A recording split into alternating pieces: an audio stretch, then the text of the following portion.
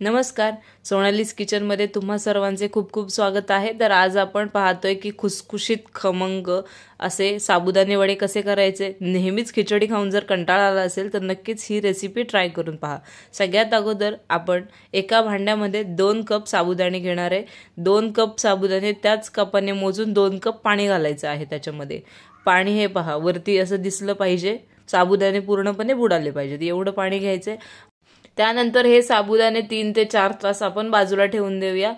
तोपर्यंत एका कुकरमध्ये 2 बटाटे स्वच्छ धुवून घेतलेले आहेत।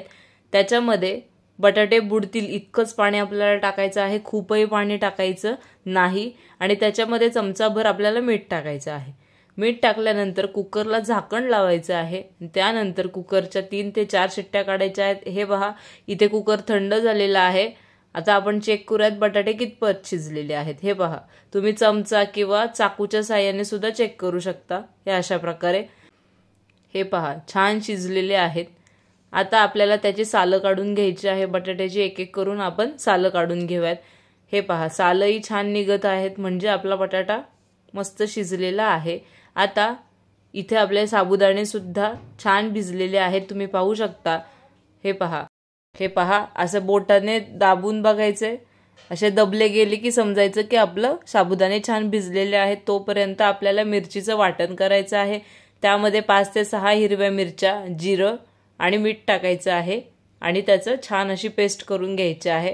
एका बाजूला कढईमध्ये तेल तापत ठेवायचं आहे आणि आपले हे जे 2 बटाटे आहेत ते अशा प्रकारे स्मॅश करून घ्यायचे आहेत आणि त्यामध्ये थोडं थोडं करून साबुदाणे ॲड करायचे आहेत। त्यानंतर आपण करून घेतलेलं वाटणही त्याच्यामध्ये टाकायचं आहे आणि हे मिश्रण एकजीव करून घ्यायचं आहे। हे पहा या प्रकारे।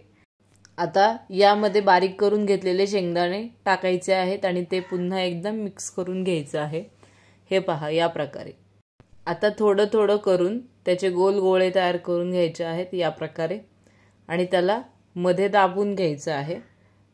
तुमच्या आवडीनुसार तुम्ही त्याला शेप देऊ शकता। हे पहा या प्रकारे खूप छान वळलेही जात आहेत।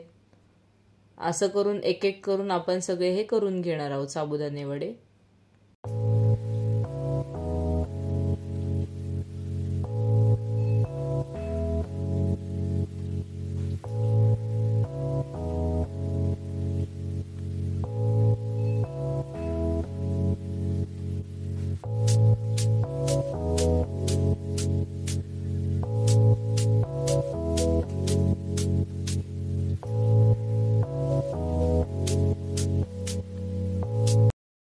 आता आपण साबुदाणे वडे एक एक करून तळून घेणार आहोत। साबुदाणे वडे तळताना एक टिप नेहमी लक्षात ठेवा की गॅस हा नेहमी मंद आचेवरच असावा। जास्त मोठा केला तर साबुदाणे वडे बाहेरून करपतात, आतमध्ये कच्चेच राहतात।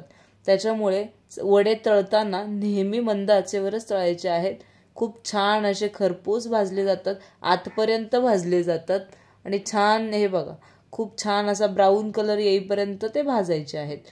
आता आपण ते एका डिशमध्ये काढून घ्यायचे आहेत। हे पहा आपले साबुदाणे वडे मस्त झालेले आहेत, क्रिस्पी झालेले आहेत। तुम्ही ही रेसिपी नक्कीच ट्राय करा आणि नक्की कमेंट करून सांगा की हे कसे झालेले आहेत। रेसिपी नक्कीच ट्राय करा आणि साबुदाणे वडे एन्जॉय करा। आणि हो, चॅनलवर नवीन असाल तर व्हिडिओला लाईक आणि चॅनलला सबस्क्राईब करायला अजिबात विसरू नका। धन्यवाद।